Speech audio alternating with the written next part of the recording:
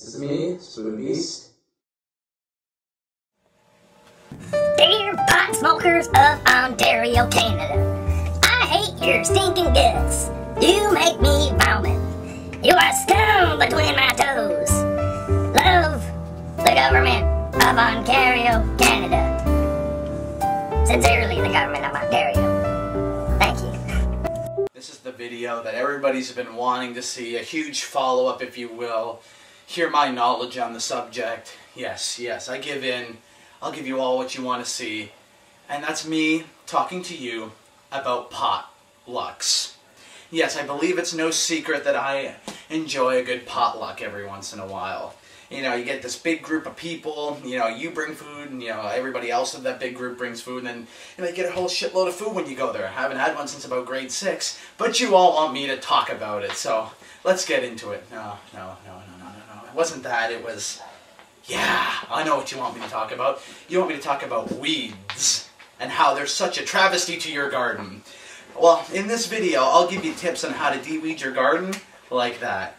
Wait, no, that wasn't it either. What was it that they wanted me to talk about again? Oh, right. The stuff that you put in bongs and smoke, right. We're here to talk about the Ontario's ongoing issues with marijuana laws. Here to help me on the subject is my friend, Jordan. So please welcome him to the video.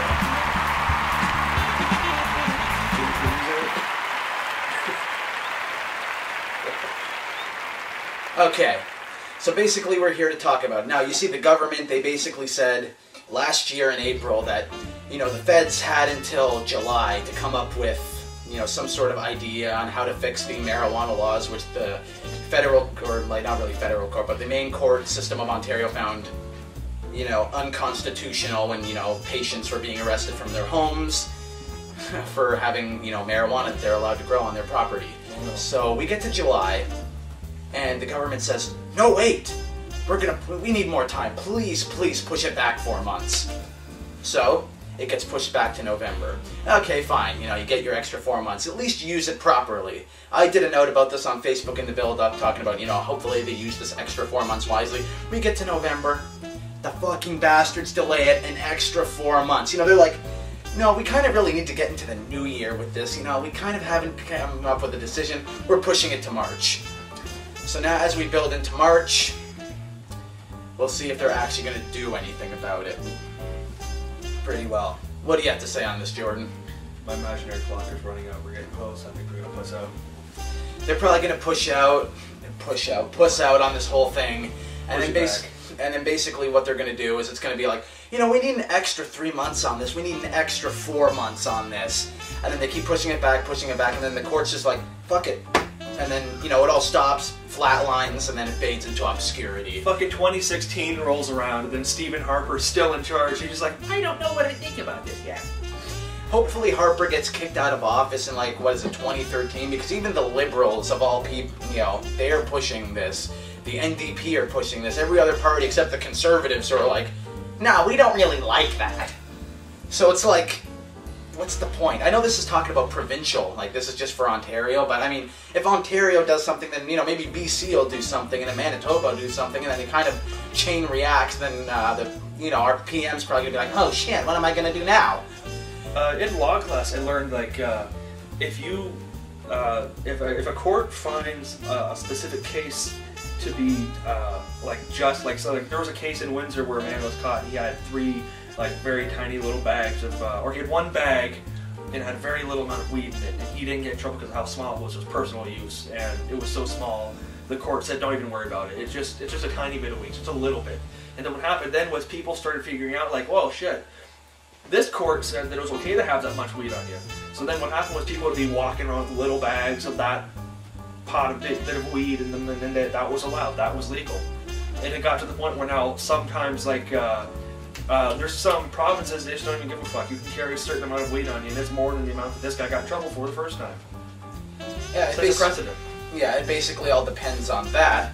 And I really hope that, you know, in the extra 8 to 9 months that this government was given provincially to think of something to do with marijuana. How can we do it? If we legalize it, what can we do with it? Like, what are the benefits that are going to do? What could it do for this province? What could it do for perhaps the entire country if we revolutionize something? Instead of going back and forth saying, well, should we do it? Yeah, maybe it'd be good for the province. The cunt. Maybe it'd be good for the cunts. Yeah, but You're goddamn cunts. yeah, but we don't like it. You know, it's a drug. You know, we can't possibly legalize drugs. So you go back and forth, and just argue that back and forth, back and forth, back and forth, instead of actually thinking, well, maybe we could use it to perhaps, I don't know, create jobs. Maybe we could use it, in some form of economic, help. I'm sure they just, if they were to do something like that, it could, if they were to sell it, they'd probably tax the shit out of it and get their precious tax that way. Why not think about stuff like that pretty well? Like alcohol and cigarettes, motherfucker. They're mostly just taxed. You're not really paying for the product as much as you're paying for tax. It's like people, they tax the shit out of people who do stupid stuff, like smoking and drinking. They don't want you doing it until they tax you. But if you were to get rid of those taxpayers, the people who pay that much ridiculous amount of tax for that sweet bit of cancer, they would have no money for public funding, like parks, school budgets would be cut probably because they wouldn't have all the shit we'll feed the kids Salisbury steak in school, all the smokers' money.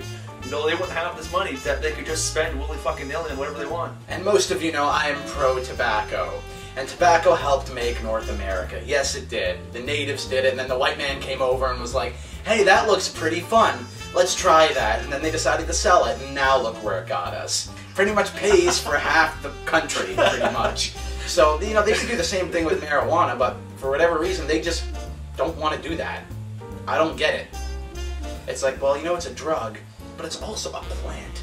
Which is exactly what tobacco is, but we just can't cultivate it like that. Marijuana is classified as a drug, but technically, you can smoke anything that comes out of the earth and call it a drug. Just the majority will kill you. This is one that doesn't kill you and it fucks you up mentally. It releases that chemical in your brain. Therefore, we call it a drug. The chemical that's in your brain, I think you can call it a drug. But the plant itself, just being a plant, it's not a drug. It's just a plant. It just grows that way. Not to mention the best part of all of this is that if the government were to say, okay, marijuana's legal, you can come buy it from our store, the effective drug dealers who sell marijuana would be completely left off the black market. They'd be making no money anymore. They'd be probably going to the fucking stores and trying to buy it and trying selling it to people. But that wouldn't even work. It would kill a lot of the drug dealers off the streets. You're scared that your son's going to go to a drug dealer to buy marijuana? Then at least vote to make it legal or something so you can, help get those drug dealers off the street. Regulate that shit. Yeah, regulation. Regulation will kill all black market crime related to marijuana. I'm not just going to say it's going to kill cocaine or heroin unless they call us that to be legal, which they probably won't either.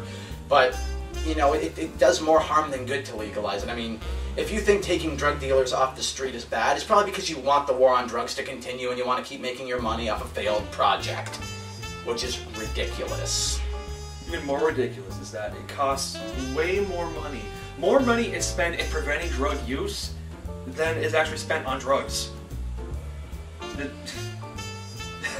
You wonder where some of the money. Look at that. Well, you wonder where some of the money in the economy is going. Like you got people buying pot, and you got people spending frivolously on shit that's not happening. You're just pumping money to something that's not working. And hey, let's arrest that stoner from his house, not harming anybody.